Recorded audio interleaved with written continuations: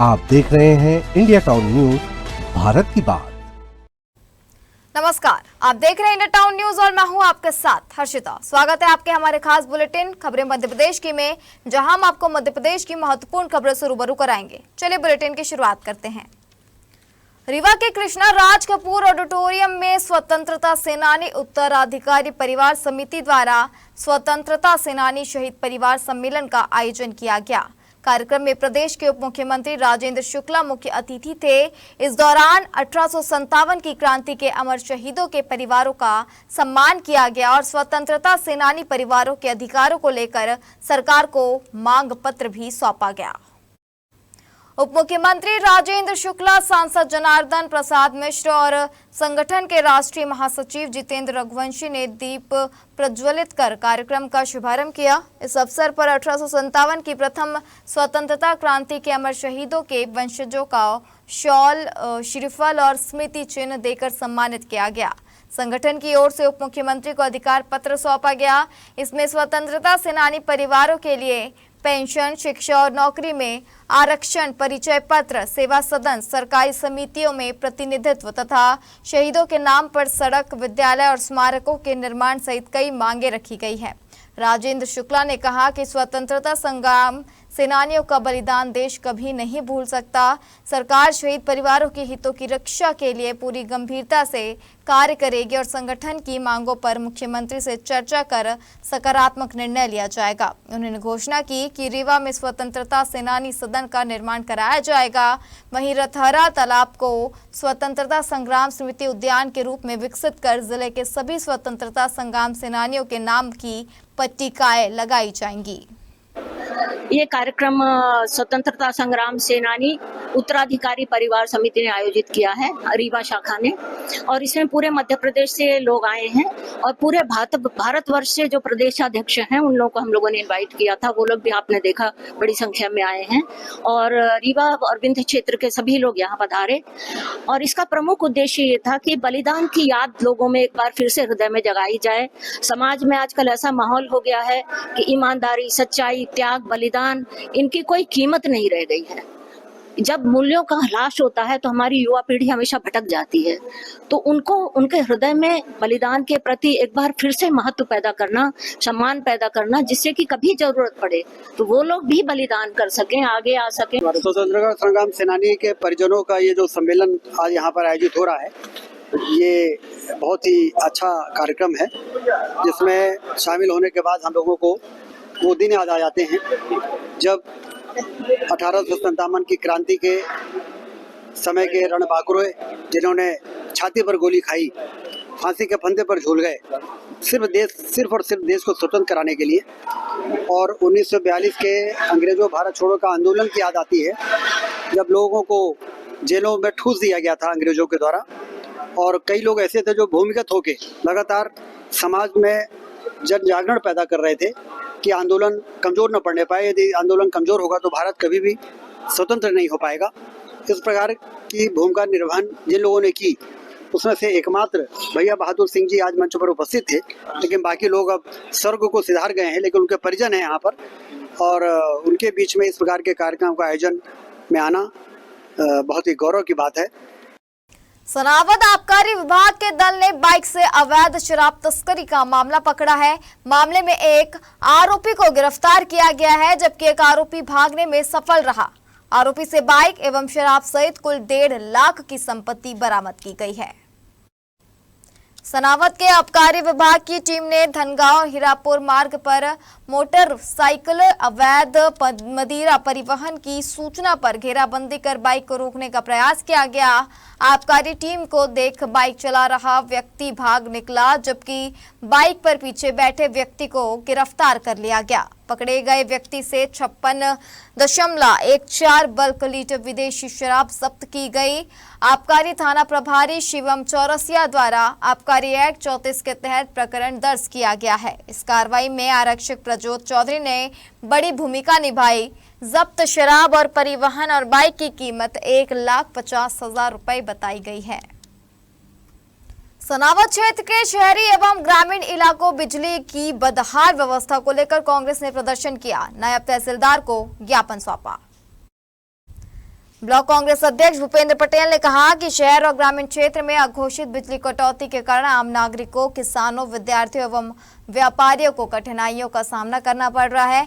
Maintenance के नाम पर घंटों बिजली कटौती की जा रही है। युवा नेता नकुल पटेल ने कहा कि ग्रामीण क्षेत्रों में ट्रांसफार्मर खराब होने पर 24 घंटे से भी ज्यादा समय तक बिजली सप्लाई बंद रहती है। शहर अध्यक्ष आशीष चौधरी ने कहा कि आज तक कुछ ग्रामीण फालियाओं में बिजली तक नहीं पहुंची है। किसानों से लाइनमैन द्वारा उनसे अवैध वसूली की जाती है।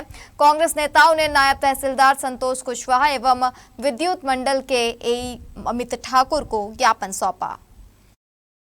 बारिश की शुरुआत के साथ ही शाजापुर जिले की जनपद पंचायत मोहन बड़ोदिया अंतर्गत ग्राम पंचायत मुंडलाई की बदहाल सड़कें फिर परेशानी का सबब बन गई है।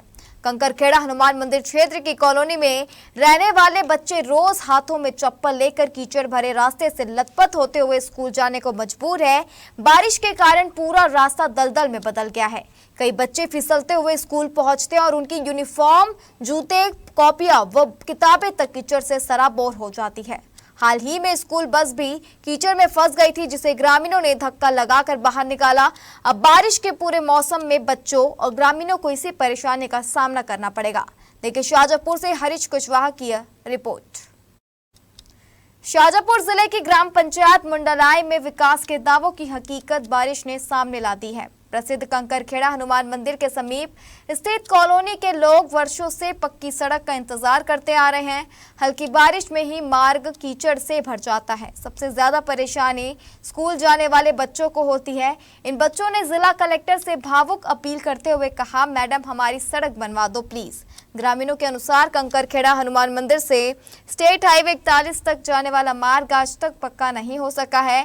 इसी तरह मंदिर से धनाना मुंडलाई सड़क भी बेहद खराब है। बारिश के दिनों में रास्ता भी कीचड़ से भर जाता है। बुजुर्ग, महिलाएं और बच्चे फिसल कर गिरते रहते हैं। कॉलोनी के बच्चों के लिए शिक्षा हासिल करना किसी बड़ी चुनौती से कम नहीं है। स्कूल बस भी पूरी कॉलोनी तक पहुंच नहीं पाती। सड़क पर बने गहरे गड्ढों और कीचड़ के कारण बस बीच रास्ते में फंस जाती है, जिसके बाद बच्चों को पैदल ही आगे का सफर तय करना पड़ता है। ग्रामीणों ने कहा कि कुछ समय पहले विधायक निधि से सड़क पर मुरुम डालने के लिए करीब 2 लाख रुपए स्वीकृत हुए थे, लेकिन ग्राम पंचायत ने मुरुम की जगह मिट्टी डाल दी। इससे बारिश में रास्ता और भी फिसलन भरा हो गया है। ग्रामीणों ने मामले की जांच और दोषियों पर कार्रवाई की मांग की है। कंकरखेड़ा हनुमान मंदिर में श्रद्धालुओं का आना जाना लगा रहता है। सड़क की बदहाल स्थिति के कारण उन्हें भी भारी परेशानी होती है। ग्रामीणों का कहना है कई बार पंचायत और अधिकारियों को समस्या से अवगत कराया गया, लेकिन आज तक कोई स्थायी समाधान नहीं हुआ। मेरा नाम अनुष्का है। मैं 5th क्लास की छात्रा हूँ। यहाँ पे छोटे छोटे मासूम बच्चे हैं, उनको कीचड़ में लेके जाना पड़ता है और हमारी कॉपी भी भीग जाती है, हम गंदे हो जाते हैं, फिर ड्रेस भी गंदी हो जाती है और हम रोजाना 3 किलोमीटर दूर चल के आते हैं और बस भी नहीं आती है। मैं सलसलाई की छात्रा हूँ। यहाँ पे कीचड़ है बहुत ज़्यादा, यहाँ पे मासूम बच्चे हैं, यहाँ हमारा स्कूल जाने आने में तकलीफ होती है। बहुत यहाँ पर मासूम बच्चे भी हैं और आने जाने में तकलीफ होती है, बस भी नहीं आती है। जो भी है बच्चा बच्ची को सबकी दिक्कत बहुत आ रही है। हम मिलने आते हैं बहुत दूर दूर से, 3 किलोमीटर दूर से। बारिश के समय बसते बसते सब गीले हो जाते हैं। मैं मोघाट से आया हूँ और मैं यहाँ पे अपने काकड़खेड़ा के हनुमान मंदिर पर आता हूँ शनिवार और मंगलवार को। तो लगभग यहाँ आने में इतनी दिक्कत होती है कि जगह जगह गड्ढे हैं, बड़े बड़े गड्ढे हैं और छोटे छोटे गड्ढे भी नहीं है। यहाँ पे निकलने में बहुत परेशानी है इधर, और आने जाने में हर व्यक्ति को यहाँ पे परेशानी है और बहुत समय से परेशानी चल रही है। ये मैं 4-5 साल से देख रहा हूँ यहाँ पे। सर डेली ना बच्चा बच्चे को छोड़ना आना पड़ता है 3 किलोमीटर दूर से, जबकि गाड़ी में रोड में इतने गड्ढे हैं सर कि अगर गाड़ी जाए तो बच्चा बच्चों को लेने गाड़ी पलटी खा जाए। इसमें सर समस्या ये है। कलेक्टर मैडम से भी निरोधक है कि कम से कम इतना रोड तो बनवा दे। पोर के मुरम डलवाई थी सर इंदर सिंह भाई साहब ने, पंचायत ने पैसा दिया तो उनने पैसा दे दिया, मगर जो मुरम डाल के वो व्यक्ति उन्हें ऐसी मुरम डाली सर कि जगह बाद में गाड़ी बच्चा बच्चे की कल तो गाड़ी पलट ही जाती है। हमने वही मौजूद में बच्चा बच्ची गिर जाता खेत में सर। साहब ये बच्चा बच्ची की इनकी सबकी समस्या है। हमारे मुल्ला पंचायत में आता है गांव, काकड़ खेड़ा रहवासी है हम, और पर के 2.5 लाख की मुरम डाली विधायक साहब कोटे से। 2.5 लाख तो उन्होंने दे दिए साहब, पर उनका नेता खा गए। कहीं सुनो बाबूजी, ये बात गलती नहीं है, विधायक साहब की गलती नहीं है कहीं पर। आज हमारे काकड़ खेड़ा हनुमान मंदिर हमारे यात्रु आते हैं, ये वो खड़े आप आते जाते हैं, हमारे बच्चा बच्ची भी स्कूल जाते हैं। सरकार यो काम कर रही है, सरकार खाने काम करेगी। प्रदेश कांग्रेस कमेटी और प्रदेश किसान कांग्रेस के निर्देश पर विदिशा जिले में किसान कांग्रेस द्वारा जिला कांग्रेस कमेटी के साथ मिलकर धरना प्रदर्शन किया गया। माधवगंज पर आयोजित धरना प्रदर्शन के दौरान जिला अध्यक्ष मोहित रघुवंशी के साथ जिला किसान कांग्रेस अध्यक्ष विनीत दांगी, जिला महिला कांग्रेस अध्यक्ष प्रियंका किरार के साथ तमाम अन्य पदाधिकारी कार्यकर्ता सम्मिलित रहे। धरना प्रदर्शन के बाद मौके पर पहुंचे प्रशासनिक अधिकारी को मुख्यमंत्री के नाम ज्ञापन सौंपा गया। ज्ञापन में किसानों की समस्याओं को दूर करने की मांग की गई है। जिला अध्यक्ष मोहित रघुवंशी ने कहा कि इन दिनों किसान सोयाबीन, धान आदि फसलों की बोनी कर रहे हैं, लेकिन बिजली और खाद की परेशानी बनी हुई है। इसके चलते किसान बोनी नहीं कर पा रहे हैं। वहीं किसान कांग्रेस जिला अध्यक्ष विनीत दांगी ने कहा, इन दिनों पूरे प्रदेश में सबसे बड़ी समस्या खाद की है। खाद की किल्लत है, इसकी वजह से किसान फसल नहीं ले पा रहे। उन्होंने जल्द खाद उपलब्ध किए जाने की मांग की है। आज सबसे ज़्यादा खेती में खाद की जरूरत है। मध्य प्रदेश कांग्रेस कमेटी के अध्यक्ष आदरणीय जीतू पटवारी जी एवं किसान कांग्रेस के प्रदेश अध्यक्ष धर्मेंद्र सिंह चौहान जी ने प्रदेश स्तरीय बैठक में डिसाइड किया। किसानों को आज सबसे ज़्यादा जरूरत प्रदेश में खाद की है। वो ई टोकन जो पूरे प्रदेश में लागू किया है, उससे किसान बहुत परेशान है। उस ई टोकन व्यवस्था को समाप्त करने, किसानों को कम से कम 12 घंटे बिजली मिला, निर्बाध रूप से बिजली दिलाने एवं अभी जैसे मूंग की खरीदी शुरू की है, उसके पंजीयन हुए, तो उसमें मात्र प्रदेश सरकार 25% मूंग की खरीदी कर रही है। तो 100% मूंग की जो खरीदी सरकार करे, इसकी मांग को लेके पूरे मध्य प्रदेश में ज्ञापन दिए जा रहे हैं, धरने किए जा रहे हैं। उसी तारतम्य में आज विदिशा में हमने इस धरने का आयोजन। अब वक्त हो चुका है छोटे से ब्रेक का। आप बने रहिए इंडिया टाउन न्यूज के साथ। क्या आप बाल झड़ने से परेशान हैं? अब अपनाइए प्रकृति की शक्ति, पाइए घने चमकदार बाल और खूबसूरत दमकती त्वचा। प्रकृति का वरदान Rukhsana shine herbal beauty combo kit, प्राकृतिक जड़ी बूटियों से तैयार। अब पाइए खूबसूरत चमकते बाल और त्वचा। हर्बल गुणों से भरपूर ये कॉम्बो आपके बालों और त्वचा की देखभाल में मदद करता है। अब उपलब्ध Amazon, फ्लिपकार्ट और नीचे दिए गए लिंक पर अभी ऑर्डर करें और हर्बल केयर का अनुभव लें। रीवा से एक बेहद गंभीर मामला सामने आया है, जहां ट्यूशन पढ़ने गई एक मासूम छात्रा के साथ कथित मारपीट का आरोप लगा है। आरोप है कि पहाड़ा नहीं सुना पाने पर ट्यूशन शिक्षिका और उसके पति ने बच्ची की बेरहमी से पिटाई कर दी। परिजनों ने पुलिस में शिकायत दर्ज कराई है। पुलिस ने केस दर्ज करते हुए मामले की जांच शुरू कर दी है। मामला रीवा के सिटी कोतवाली थाना क्षेत्र का है, जहां ट्यूशन पढ़ने गई एक छात्रा के साथ मारपीट का मामला सामने आया है। 6वीं कक्षा में पढ़ने वाली 10 वर्षीय छात्रा एक ट्यूशन सेंटर में पढ़ने जाती थी। परिजनों का आरोप है कि पढ़ाई के दौरान छात्रा पहाड़ा नहीं सुना सकी। इससे नाराज ट्यूटर साक्षी चौबे ने अपने पति गोले चौबे के साथ मिलकर छात्रा को डंडों, लात, घूसों से बेरहमी पूर्वक मारा। परिजन बच्ची को लेकर सिटी कोतवाली थाने पहुंचे और मामले की शिकायत दर्ज कराई। पुलिस ने छात्रा का मेडिकल परीक्षण कराया है और पूरे मामले की जाँच शुरू कर दी है। साक्षी मैडम के यहाँ जाती है, तो वो जब वहाँ से रोते रोते आई तो मैं तो घबरा गई। जब घबरा गई तो हम दिखाई चोट दिखाने लगी, तो मैं तुरंत लेकर इसको उसके घर गई। जब घर गई तो उनकी मम्मी थी, तो वो उठपटांग बोलकर गाली फुद्दा देकर हमको भगा दी। तो जब उनकी जो पढ़ा रही थी वो निकली तो हमको बोली कि तुम्हारी बेटी लायक नहीं है, दंड फंद करती है, ये करती है। हम कहा वो दंड फंद करने लायक है। तो फिर बोली कि तुम ले जाओ अपनी लड़की, तुम गंदी हो, डंडी पंडी गाली देने लगी। हम बोले कि गाली मत दो, हम सब लिख से आती है, लेकिन हम उधर से चले आए। उसकी मम्मी जोर से हमको धक्का मारी और भगा दी घर से। प्रदेश के मुख्यमंत्री मोहन यादव द्वारा प्रदान की गई निःशुल्क शव वाहन सेवा में ग्रहण लगातार लगता दिखाई दे रहा है। रीवा में मुख्यमंत्री की निःशुल्क शव वाहन सेवा की व्यवस्था पर गंभीर सवाल खड़े हो गए हैं। संजय गांधी अस्पताल में शव वाहन होने के बावजूद एक परिवार को करीब 6 घंटे तक इंतजार करना पड़ा। ड्राइवर की कमी के चलते पीड़ित परिवार को शव वाहन के लिए इतना लंबा इंतजार करना पड़ा। मामला रीवा के संजय गांधी अस्पताल का है। गढ़ थाना क्षेत्र के लालगांव चौकी निवासी सविता पटेल की संदिग्ध परिस्थितियों में मौत हो गई थी। पोस्टमार्टम के बाद परिजनों ने निशुल्क शव वाहन उपलब्ध कराने की मांग की, लेकिन अस्पताल प्रबंधन द्वारा संबंधित कंपनी के जिला समन्वयक और भोपाल स्थित जोनल अधिकारियों से लगातार संपर्क करने के बावजूद शव वाहन समय पर उपलब्ध नहीं हो सका। करीब 6 घंटे तक इंतजार के बाद शव वाहन पहुंचा, तब कहीं जाकर शव गांव के लिए रवाना हो सका। जानकारी के मुताबिक संजय गांधी अस्पताल में कंपनी के 4 शव वाहन मौजूद है, लेकिन उनके लिए केवल 2 चालकों की तैनाती की गई है। इस पूरे मामले को लेकर जिला चिकित्सा अधिकारी ने कहा, इस संबंध में एक कड़ा पत्र भी कंपनी को जारी किया गया था। शव वाहन और 108 वाहन का संचालन निजी कंपनी द्वारा किया जाता है। मैंने और ड्राइवर की मांग की है। हम 100 वाहन में नहीं है, इस 100 वाहन के लिए सोबत रहें, नहीं बैठे पड़े कर आराम न करें। हम तो आप किस में हैं, कौन से एम्बुलेंस में? हम यहाँ इमरजेंसी एम्बुलेंस जो है अपनी। 100 वाहन के ड्राइवर कहाँ हैं, छुट्टी में हैं? 100 वाहन 108 आजकल चल रही है जिले भर में।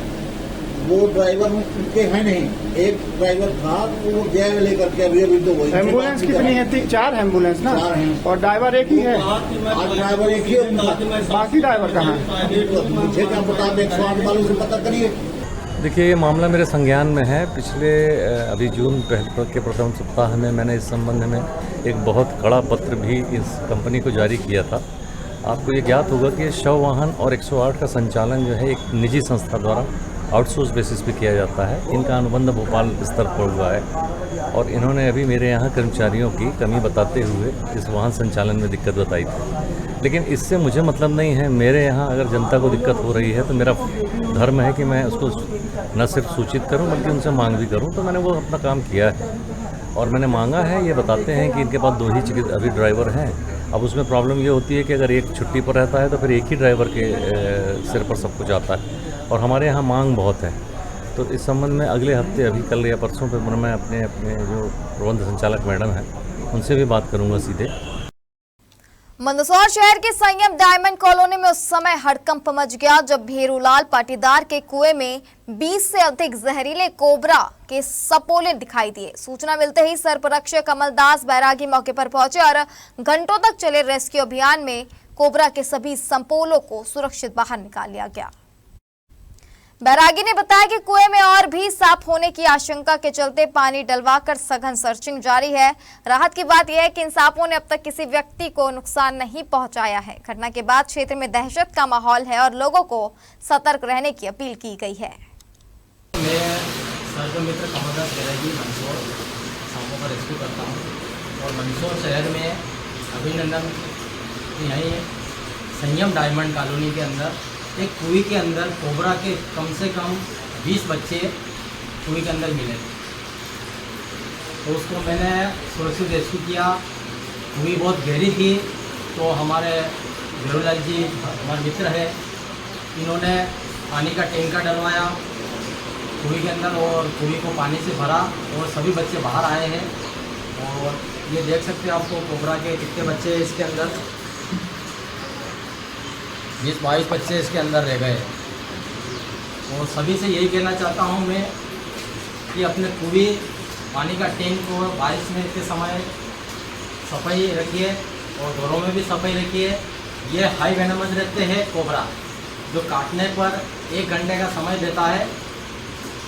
इसी समय में आपको अस्पताल ही जाना है, कोई झाड़ फूंक तंत्र मंत्र के चक्कर में कभी ना पड़े और किसी अच्छे सर्वाइकल जगह रिलीज़ करेंगे जंगल में जाके इनको मैं, और इनके नेचर में जो किसी के घरों में ना जाए।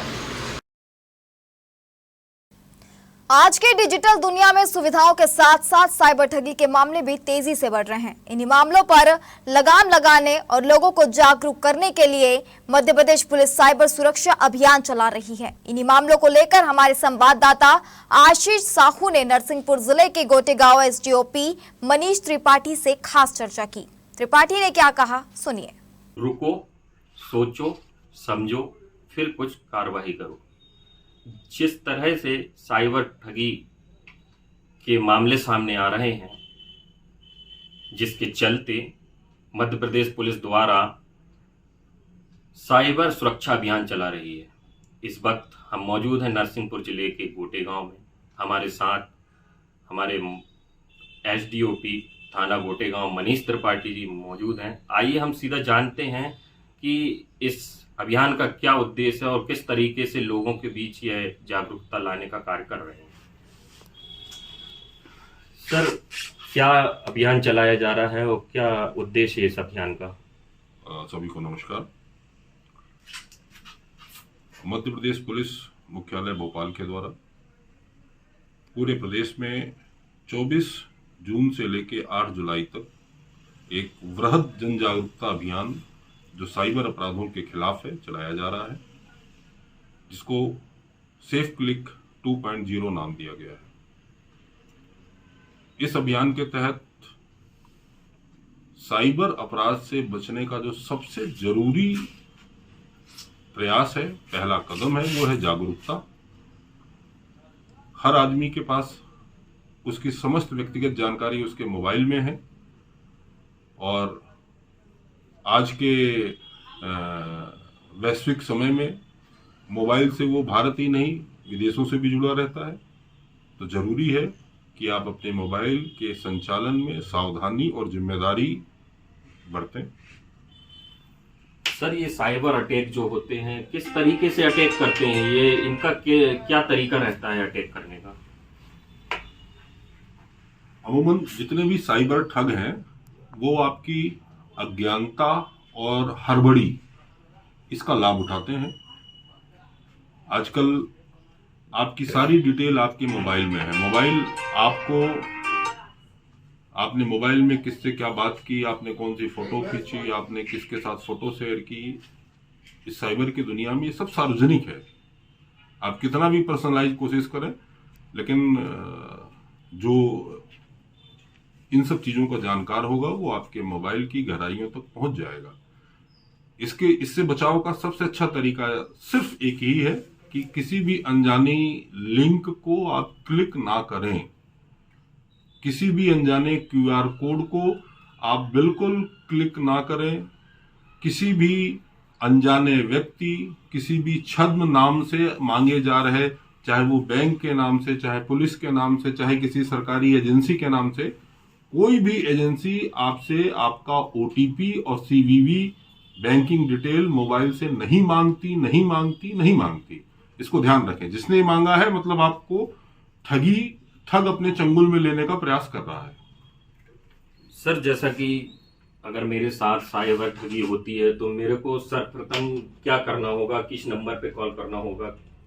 संपूर्ण भारत के स्तर पर एक राष्ट्रीय हेल्पलाइन नंबर है 1930 1930, याद रखिए। किसी भी मोबाइल फ्रॉड, बैंकिंग फ्रॉड होने की स्थिति में आप तत्काल इस नंबर पर कॉल करके अपनी सूचना, अपनी शिकायत दर्ज कराएं। ये 24 घंटे खुला रहने वाला नंबर है और उस पर बहुत सारी एजेंसियां एक साथ काम करना शुरू कर देती हैं। इसमें भी ये ध्यान रखिएगा कि जहां पर 1930 पे आप कॉल कर रहे हैं, इसके अलावा जब आप गूगल में सर्च करेंगे तो इस नाम से कुछ छद्म नंबर भी मिल सकते हैं, उनसे भी सावधान रहिएगा। सर, एक और सवाल कि जैसा कि डिजिटल अरेस्ट होता है, सर ये डिजिटल अरेस्ट कानूनी भाषा में है कि नहीं, और ये है तो क्या है? डिजिटल अरेस्ट जैसी कोई भी वैधानिक प्रक्रिया नहीं है। गिरफ्तारी के लिए डिजिटल अरेस्ट शब्द साइबर ठगों के द्वारा बनाया गया शब्द है।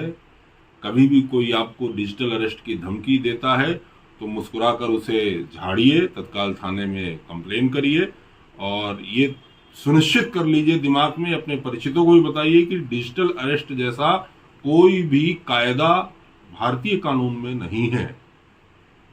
इसलिए जैसे ही ये शब्द आता है तो आपको ये समझ जाना चाहिए कि आप किसी न किसी साइबर ठग के झांसे के शिकार में हैं। उससे बचने के लिए तत्काल अपने दिमाग को अलर्ट करिए और संबंधित थाने में सूचना दीजिए। ये थे हमारे साथ नरसिंहपुर जिले थाना गोटे गांव के एसडीओपी मनीष त्रिपाठी, जिन्होंने साफ तौर पे बताया किस तरीके से साइबर ठगों से बचा जा सकता है। सेफ क्लिक 2.0 जो अभियान चलाया जा रहा है उसके तहत 1930 पर कॉल कर आप अपनी शिकायत दर्ज करा सकते हैं। मैं आशीष साहू, इंडिया टाउन न्यूज़ के लिए कैमरा पर्सन सोनू विश्वकर्मा के साथ नरसिंहपुर। रतलाम पुलिस ने एक अनूठी पहल शुरू की है। किसानों और आम नागरिकों के खेतों की सीमाओं, रास्तों एवं अन्य राजस्व संबंधी विवादों का त्वरित और पारदर्शी समाधान करने के उद्देश्य से रतलाम पुलिस अधीक्षक अमित कुमार के निर्देशन में पुलिस एवं राजस्व विभाग द्वारा संयुक्त समाधान शिविर जिले के सभी थानों पर लगाए जा रहे हैं। इसका मकसद अदालतों पर प्रकरणों का बोझ कम करना है। जावरा के औद्योगिक थाना क्षेत्र में विशेष शिविर आयोजित किया गया, जहां पुलिस और राजस्व विभाग के अधिकारियों ने ग्रामीणों की समस्याएं सुनी तथा कई मामलों का मौके पर ही निराकरण किया। शिविर में जावरा एवं कालूखेड़ा थाना क्षेत्र के कुल 75 आवेदनों का निराकरण किया गया। शिविर में जावरा नगर पुलिस अधीक्षक युवराज सिंह चौहान, तहसीलदार सहदेव मोरे, एजीपीओ सुनील खेर, औद्योगिक थाना प्रभारी प्रकाश गडरिया, शहर थाना प्रभारी दीपक मंडोलोई, चौकी प्रभारी कन्हैया अवस्या, सरसी चौकी प्रभारी अयूब खान उपस्थित रहे। ये आज हमारे पास यहाँ पे जो कैंप लगा था औद्योगिक थाना जावरा में, उसमें 42 आवेदन आए हैं। उसमें बहुत सारों के जो है हम लोगों के न्यायालय में प्रकरण मेरे न्यायालय में चल रहे हैं, उसमें त्वरित निराकरण का बताया गया है। कुछ लोगों का निराकरण भी किया गया है, समझाइश देकर भी बताया गया है। जो छोटे मोटे जो रास्तों के थे गाँव के, उनको बताया गया है, और जो नहीं मान रहे उनके खिलाफ यहाँ पे बॉन्ड की कार्रवाई और उसके भी थाने की ओर से किया गया है। सर, ये प्रकरण है, इसके अंदर किसको टाइमिंग पुलिस अधीक्षक महोदय जिला रतलाम के मार्गदर्शन में और अतिरिक्त पुलिस अधीक्षक महोदय के निर्देशन से सभी थानों पर जमीन संबंधी विवादों को लेकर के कैंप लगाने हेतु निर्देशित किया गया था। उसी तारतम्य में हमने आज औद्योगिक क्षेत्र थाना और कालूखेड़ा पर तीनों थानों के कैंप आयोजित किए गए।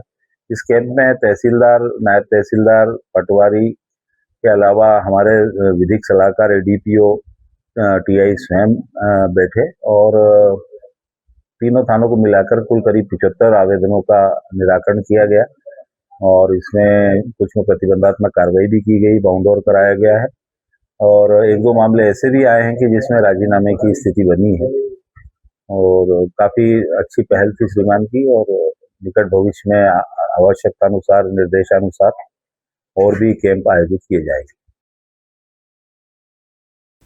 हमारे खास बुलेटिन खबरें मध्य प्रदेश की में फिलहाल इतना ही। आप बने रहिए इंडिया टाउन न्यूज के साथ। नमस्कार। आप देख रहे हैं इंडिया टाउन न्यूज, भारत की बात।